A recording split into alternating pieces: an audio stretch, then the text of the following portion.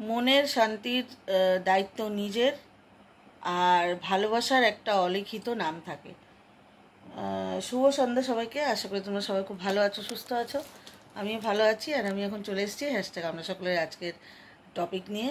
আজকের টপিক আমাদের দিয়েছে কবিতার বন্ধু। আমি ভুলে গেছিলাম আগের দিন, মানে খেয়াল ছিল না। রাখি গাঙ্গুলি।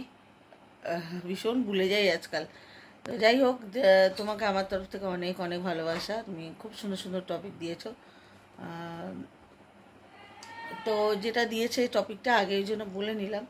খুব সুন্দর একটা টপিক, যে নিজের শান্তির দায়িত্ব নিজেরই নিতে হবে। একদমই তাই। আমার হাতেই আছে সবটা। যে আমরা অনেক সময় সবসময়ই আমরা বলি যে আমার কপালে শান্তি নেই বা আমার জীবনে শান্তি নেই।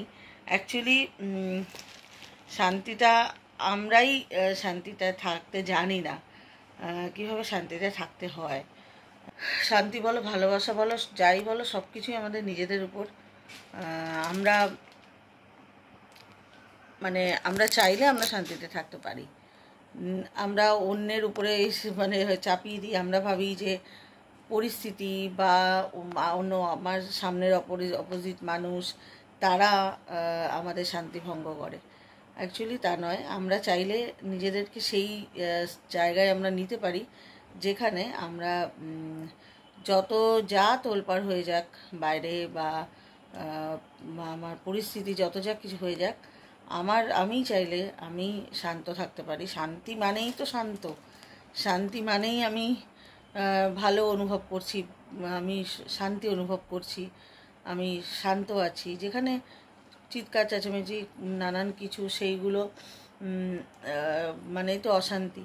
হ্যাঁ। আর যেখানে শান্ত, যেখানে কথা কম, যেখানে চুপ, সেখানেই তো শান্তি। তো সেটা আমার হাতেই। অন্যকে কখনোই আমরা পরিস্থিতি বা অন্য মানুষ, অন্য কাউকে, আমার সামনের মানুষকে আমি কখনোই পাল্টাতে পারবো না। সেটা তার একটা ডিজাইন, তার জীবনে, মানে তার ডিজাইন যে সে চিৎকার করে, বা তার ডিজাইন। আমরা আসলে সবসময় এটাই করতে থাকি।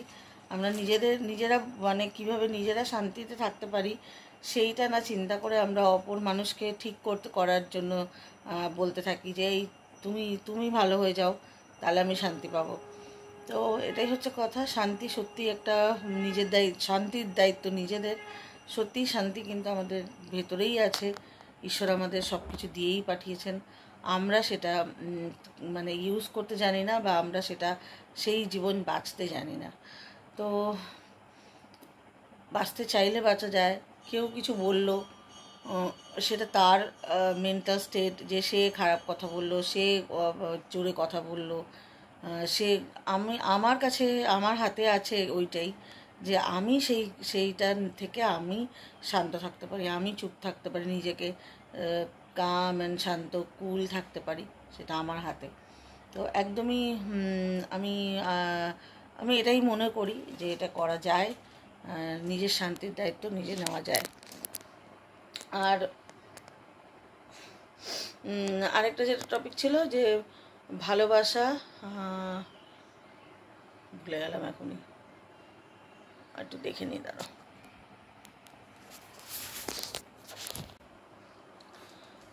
হ্যাঁ, ভালোবাসার একটা অলিখিত ভাষা থাকে। একদমই সত্যি কথা। এটাও কিছুটা বুঝতে পারছি, যেটা বুঝতে পারছি আমি সেটাই বলছি। শুধু আমি ভালোবাসি, আমি তোমাকে ভালোবাসি, আর যে কোনো কিছুকে শুধু ওই মুখে বলার কিন্তু ওটা বলাটা কিন্তু কোনো কাজে যায় না। অ্যাকচুয়ালি আমাদের ভেতরের ইন্টেনশন কি, ভেতর থেকে আমার তাকে ভালো লাগছে কিনা, বা তাকে আমি ভালোবাসি কিনা, সেইটাই কিন্তু আসলে যায়। সেই জন্যই বলে যে ভালোবাসা, আমি যেটা বুঝলাম, আমি কথাটাকে এইভাবেই বুঝলাম, যে ভালোবাসা একটা অলিখিত ভাষা। একদমই তাই। যেই ফিলিংস, যে আমি তাকে ভালোবাসি, বা আমি সব কিছুকে ভালোবাসি, সেই ফিলিংস কিন্তু ওটা বলে বোঝানো যায় না, লিখে বোঝানো যায় না। তো এটাও একটা, আমি মনে করি যে যেটুকু আমি জানি সেটুকু বলছি। এটাও আমি মনে করি, তোমার ভেতরে যদি ভালোবাসা থাকে, অ্যাকচুয়ালি আমরা ভালোবাসা খুঁজছি। আমাদের কারোর মানে সবাই সবার থেকে খুঁজছি। আসলে ভালোবাসা যে আমাদের ভেতরেই আছে সেটা আমরা জানি না। আমাদের মধ্যে ভালোবাসা আছে, সেটা আমরা লোককে, মানুষকে, যেটা থাকবে তোমার কাছে সেটাই তুমি না লোককে দিতে পারবে। তো আমাদের ভালোবাসা আছে, আমরা লোকের থেকে না চেয়ে বরং আমরা ছড়িয়ে দিতে পারি, আমরা দিতে পারি। আমরা ভালোবাসতে গেলে কোনো দামি দামি গিফট দিতে হয় না, বা অনেক সুন্দর সুন্দর কথা বলতে হয় না। ভালোবাসা এমনই একটা জিনিস যেটা, আমি কিন্তু কোনো পার্টিকুলার কোনো নারী পুরুষের ভালোবাসার কথা বলছি না, আমি সারা পৃথিবীকে ভালোবাসা, প্রকৃতিকে ভালোবাসা, সব কিছুকে বলছি। যেটা তুমি দেখবে, কুকুর, আমরা অনেকেই দেখা যায় যে কুকুর বিড়ালকে খুব ভালোবাসে, মানে জীবজন্তু। তো দেখবে ওরা ঠিক ওদের ভাষা, কিন্তু কিছু বলতে হয় না, সামনে গেলেই ওরা গায়ে গায়ে হাসবে, আদর খাওয়ার চেষ্টা করবে, লেজ নাড়াবে। তো ওইটা তো আমরা তো কুকুরকে বলি না যে আমি খুব ভালোবাসি, কিন্তু ওরা কিন্তু বুঝে যায়। তো ওইটাই ব্যাপার, যে তুমি ভালোবাসো ওকে, এটাই হচ্ছে ব্যাপার। মানুষ ঠিক বুঝে যাবে, তুমি যদি সত্যিই তাকে ভালো কিছু তোমার মধ্যে থাকে, তুমি ওরকম বিভেদ করবে না যে কে ভালোবাসবো, ওকে ভালোবাসবো। তোমার কাছে সব মানুষকেই তুমি ভালোবাসবে, শ্রদ্ধা করবে, সম্মান দেবে।